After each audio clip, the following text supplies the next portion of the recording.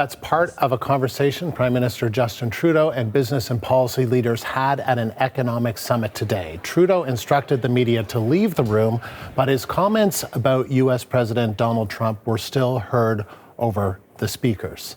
Our next guest was sitting behind Justin Trudeau this morning at the Canada-U.S. Economic Summit in Toronto.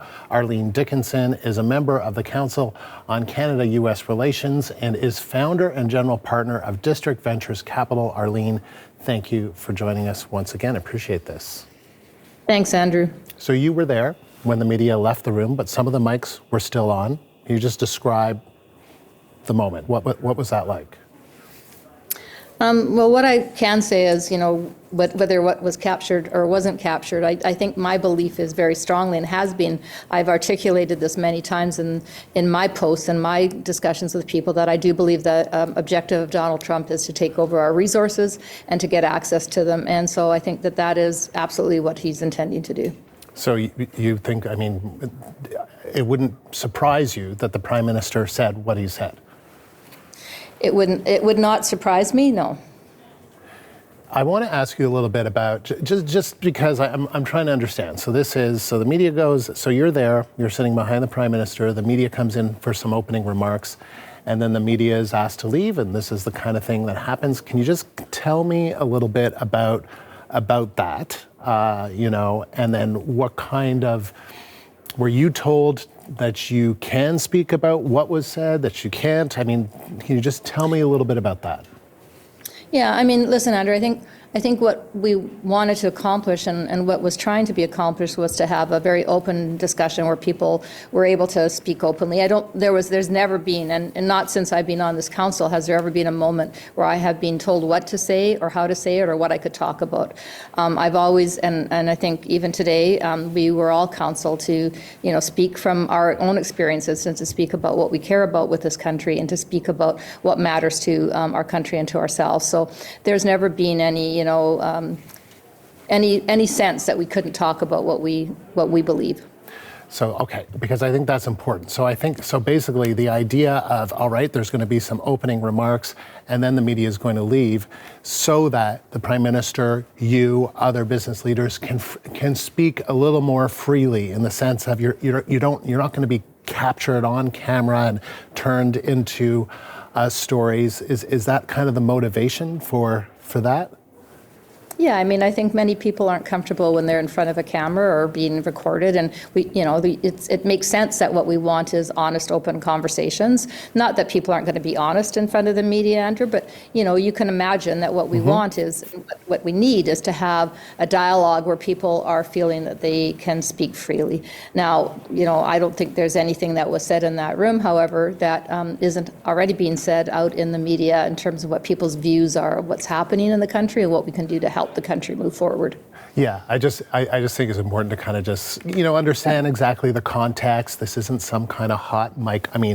It was caught on mic. It's not, we're not doing anything wrong reporting on this. It is a recording of the Prime Minister. He is speaking. And as you said, you've never been told. You can't sort of speak about what was said. It's all kind of open, right? It's not a top secret meeting of any kind, right? No, it's not framed as a top secret meeting. It's not, as I said, we are all, I have not had one time, as I've mentioned again, and I'll say it, I think it's important to say it. I have never been told not to say anything. I have said whatever I feel and believe in, and if anyone reads my LinkedIn posts and my other posts, they'll know that I've been nothing but direct and clear about my views on many of the things that we're facing as a nation. So Arlene, today, now, Canadians are kind of listening. We know that the Prime Minister has said this to premiers.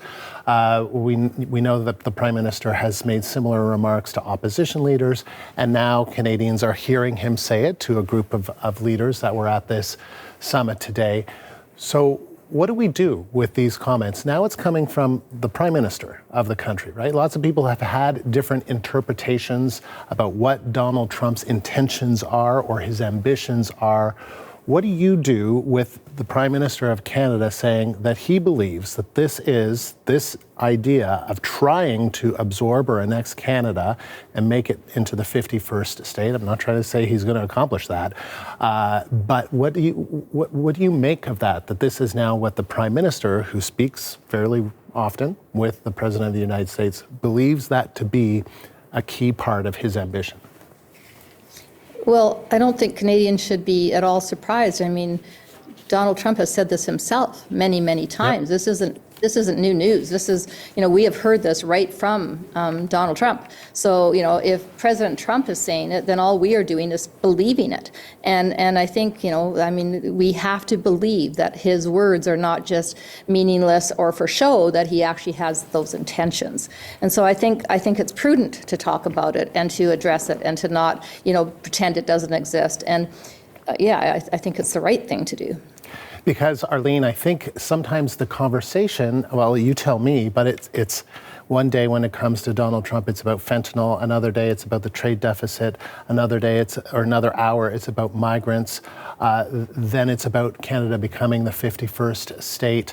There are just so many things. So in terms of a business community, in terms of leaders in this country trying to respond to what it is that Donald Trump wants, or what it is that business leaders like yourself are supposed to do with these threats, what do you think? What are you supposed to do?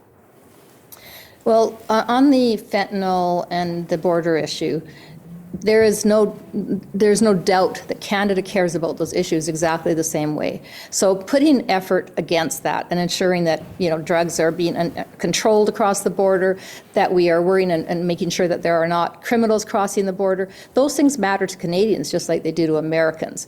So paying attention to those comments, yes, we need to, and we have, and we're working on those things, and money has gone to border protection. And the fentanyl thing is it's a minor thing from Canada, but we're still working to make sure that it goes away as best we can.